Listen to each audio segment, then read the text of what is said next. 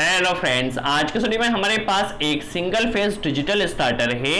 इस single phase digital starter के जरिए हम किसी भी सिंगल फेज लोड को रन कर सकते हैं, चाहे वह वाटर पंप मोटर है या कोई एयर कंडीशनर हो या फिर हमारे पास कोई आटा चक्की मोटर है। किसी भी सिंगल फेज लोड को हम इस डिजिटल स्टार्टर के जरिए रन कर सकते हैं। यह हमारे पास यह जो डिजिटल स्टार्टर है यह जेप्रो कंपनी का बेस्ट डिजिटल स्टार्टर है। इस स्टार्टर में सबसे मेन फंक्शन जो दिया गया है, आपको यहां पर डिस्प्ले में शो होता रहेगा आपके लोड द्वारा कितने एम्पियर करंट लिया जा रहा है और आपके यहां पर कितना वोल्टेज आ रहा है। दैट मीन्स इस स्टार्टर के साथ हमें कोई भी volt meter and ampere meter connect करने की रिक्वायरमेंट नहीं है। और इस स्टार्टर का जो बेस्ट फंक्शन है, इससे हमें ओवरलोड प्रोटेक्शन भी मिल जाता है, अंडर वोल्टेज प्रोटेक्शन भी मिल जाता है और ओवर वोल्टेज प्रोटेक्शन भी मिल जाता है। देखिए, इस स्टार्टर में हम मैन्युअली सेट कर सकते हैं। सबसे पहले हमें पता कर लेना है हमारे लोड द्वारा मैक्सिमम कितना करंट लिया जाता है। उस मैक्सिमम करंट से हमें 1 या 2 एम्पियर ज्यादा इसमें मैन्युअली सेट कर देना है। अब जब भी हमारा एयर कंडीशनर या वाटर पंप मोटर देखिए यहां से हम सेट कर सकते हैं। अब जब भी हमारा लोड उस सेट करंट से ज्यादा करंट लेता है तो यह कंडीशन ओवरलोड की कंडीशन होती है। तो यहां पर जैसे ही ओवरलोड होता है तो हमारा स्टार्टर यहां पर ट्रिप हो जाता है, जिससे हमें ओवरलोड प्रोटेक्शन मिल जाता है। और किसी भी वजह से यदि वोल्टेज कम या ज्यादा आ रहा है जिससे भी हमारा लोड डैमेज हो सकता है, तो यह स्टार्टर हमें over voltage and under voltage protection भी प्रोवाइड करता है। देखिए, यह जो स्टार्टर है वो 2 एम्पियर से लेकर 20 एम्पियर तक किसी भी सिंगल फेज लोड को रन कर सकता है। और देखिए, इसमें स्टार्ट स्टॉप करने के लिए पुश बटन भी यहीं पर दिया गया है। आपको एक्सटर्नल पुश बटन कनेक्ट करने की भी रिक्वायरमेंट नहीं है। देखिए, नॉर्मली यदि हम किसी मोटर को रन करते हैं तो उसके लिए हमें वहां पर कॉन्टेक्टर कनेक्ट करना होता है और वहां पर देखिए हमें ओवरलोड प्रोटेक्शन के लिए ओवरलोड रिले कनेक्ट करना होता है, जिससे हमारे स्टार्टर की कॉस्ट काफी ज्यादा हो जाती है।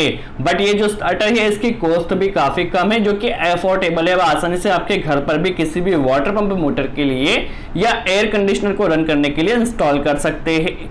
इसका कनेक्शन जो है वो काफी सिंपल है, आप अपने खुद से ही कनेक्शन कर सकते हैं।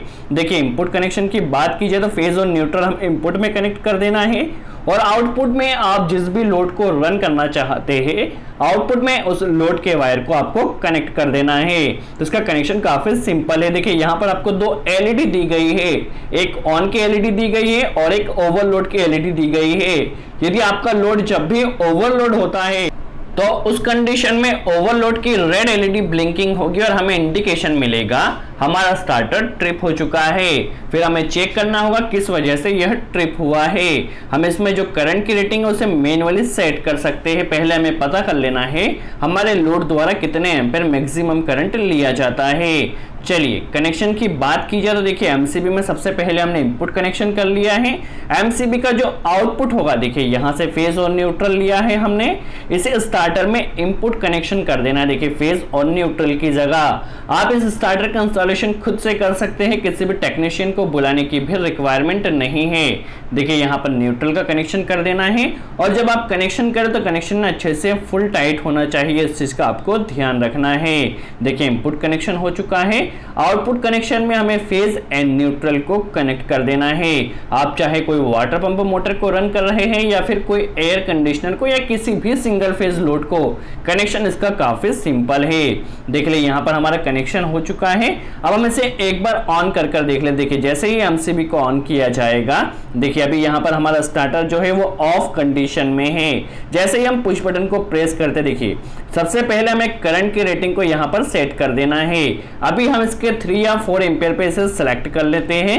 देखिए, जैसे ही ऑन किया, यहाँ पर वोल्टेज आप देख सकते हैं, यहाँ पर वोल्टेज 210 से लेकर 215 तक आ रहा है और जो करंट इस मोटर द्वारा लिया जा रहा है वह 2.2 एम्पियर लिया जा रहा है।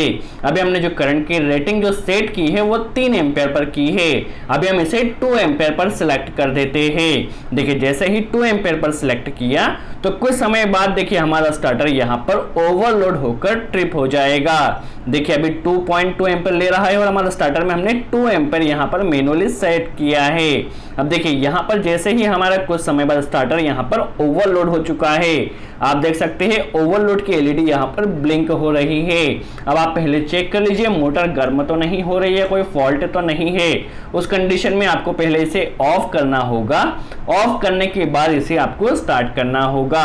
अब जब भी आपकी मोटर और ज्यादा करंट लेगी तो यहाँ से आपको ट्रिपिंग मिल जाएगी।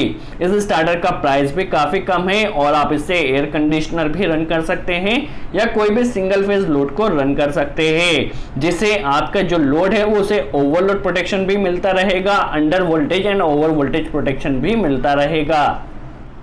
सो आई होप आपको क्लियर हुआ इस स्टार्टर का इंस्टॉलेशन किस तरह किया जाता है, इस स्टार्टर से हमें प्रोटेक्शन किस तरह मिलता है। यदि वीडियो अच्छा लगा हो तो लाइक का बटन जरूर प्रेस करें, कोई डाउट हो तो कमेंट्स में जरूर पूछे। सो आज के लिए इतना ही। Thanks friends.